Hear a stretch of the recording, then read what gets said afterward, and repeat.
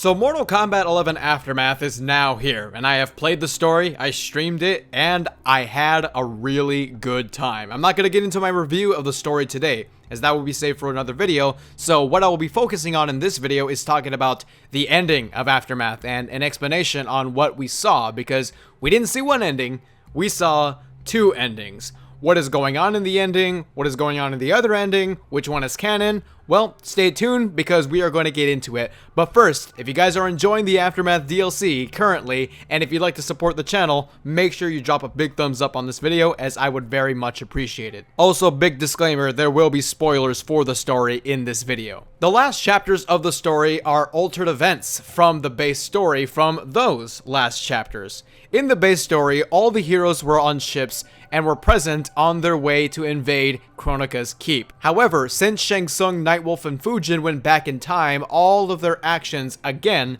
caused the events in MK11 to end up being altered to where now some of the heroes died on their way to Kronika's keep due to Shao Kahn and Sindel's intervention to aid Shang Tsung in his master plan, which by the way ended up being that he led everyone on and waited until everyone was at their most vulnerable and stole Kronika's crown with his infamous shape-shifting trickery, which now gave him the power to be Kronika's equal. Once this happens, he defeats Raiden and Fujin by taking their power but still keeping them alive, and brings Shao Kahn and Sindel with him to the Hourglass to help him finish off Kronika.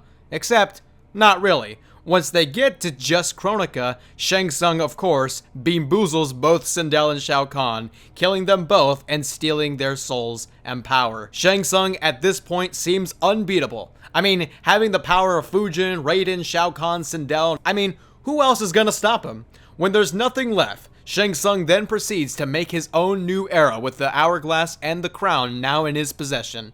It wasn't until Fire God Liu Kang entered the chat and revealed to Shang Tsung that he knew this was going to happen, as he saw it at the beginning of this Aftermath story when he was wielding the Hourglass. So with all of Shang Tsung's newly found power, with all the souls he stole, after all the good guys are gone, it comes down to him against Fire God Liu Kang. Very fitting, as it ends with a battle between Shang Tsung and Liu Kang the same way it began, the same way this Mortal Kombat story began in MK1 with Liu Kang versus Shang Tsung.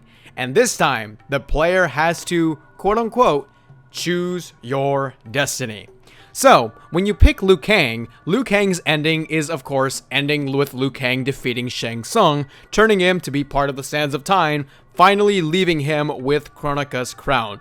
And now that he has the crown, he is able to create the new era that he wanted all this time. We then go to a certain point in time where we, the audience, find ourselves back at the Wuxi Temple, and in this scene, we see some Shaolin monks doing their normal training. Business as usual. But we then cut to a scene where we see a man carving something, and this is an artifact that some Mortal Kombat fans may recognize from Mortal Kombat X. This was an heirloom that we saw in Kung Jin's chapter in MKX. An heirloom is a valuable object that belongs to a family for generations, and during Mortal Kombat X, this very thing was used to be a memento of Kung Lao after he died at MK9. So once we see this in MK11, when it's first being carved, this is our first indication that we are seeing the Great Kung Lao. Yes, the Great Kung Lao makes a cameo, and Fire God Liu Kang is seen meeting him for the first time. Even if you didn't get the subtle hint in the beginning, Liu Kang calls him just Kung Lao, likely because it really wouldn't make sense calling him the Great Kung Lao since this is a point in time where we're meeting him in his early years, but for the sake of this video, we'll refer to him as the Great Kung Lao. So, during this scene, Fire God Liu Kang comes to the Great Kung Lao and chooses him as his champion and tells him that they have training to do to prepare for something. And the Great Kung Lao questions him saying, "Training? For what?" And then it cuts right there. This is, of course, a big implication that Fire God Liu Kang is going to train the Great Kung Lao for the Mortal Kombat tournament of his time. And maybe set up a timeline where the Great Kung Lao never loses a Mortal Kombat tournament. I've got to say that it was super epic. seeing that for the first time. You guys can check my reaction to the story by watching my whole playthrough. That's on my channel right now. But getting to see the Great Kung Lao in cutscenes and implying a future or a timeline that sets up the Great Kung Lao as the chosen one, or somebody who has never lost to Goro or never lost a Mortal Kombat tournament, I was just blown away with that ending.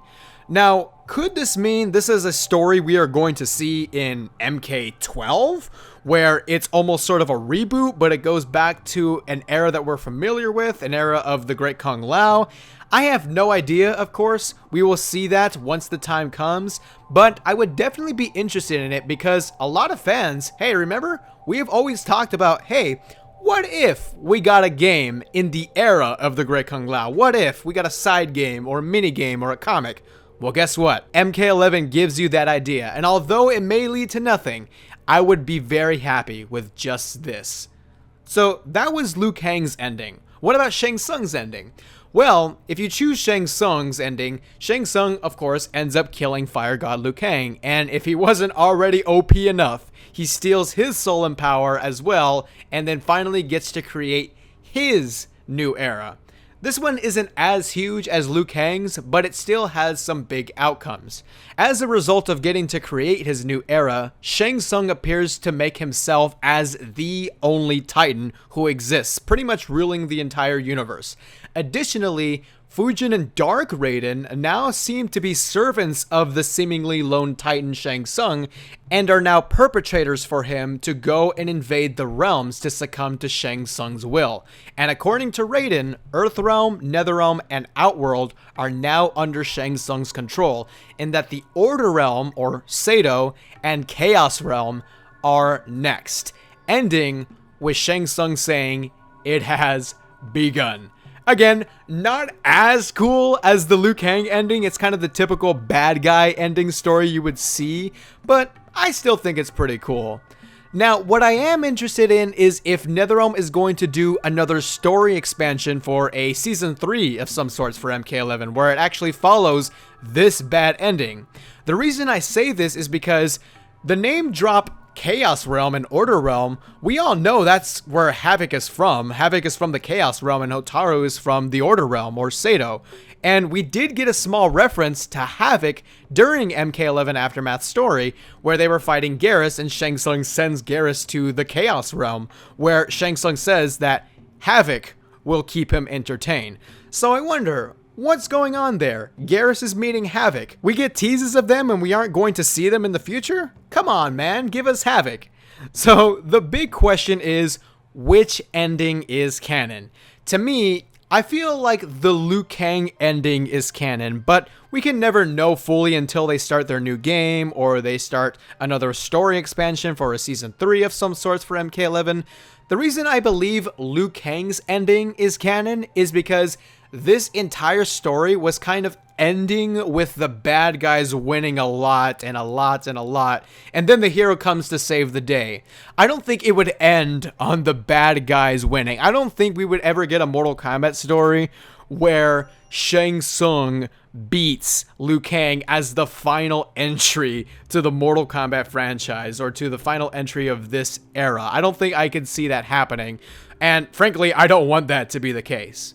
What I would say is that the Shang Tsung ending could be an indicator of maybe getting another story expansion, but it's treated as a what if scenario. Like we get a continuation of that story, but it's not canon, just a what if. Remember, MK11 has different timelines written all over it, so it could very well be possible, and I would like to see it because that would mean we would get to see more of Dark Raiden for those who felt like they got cheated on in MK11's story since he plays such a tiny part, and it would give us Havik again, and maybe Hotaru.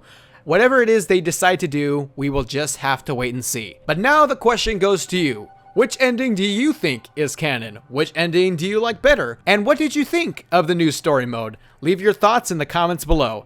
Remember guys, please stay tuned to the channel. I have a lot of videos to do and I am working on right now. I have a story review coming. I have some tutorials. I want to cover the patch notes. I want to talk about the skins that we got. I want to make other fun videos relating to Mortal Kombat 11 Aftermath. And believe me guys, they're coming. I'm going to go all in with this Aftermath update because I'm really liking what we have right now. Anyways, that's going to be it for me. Thank you all so much for your support. Please leave a like if you enjoyed and subscribe for more Mortal Kombat content. And I will see you all very soon.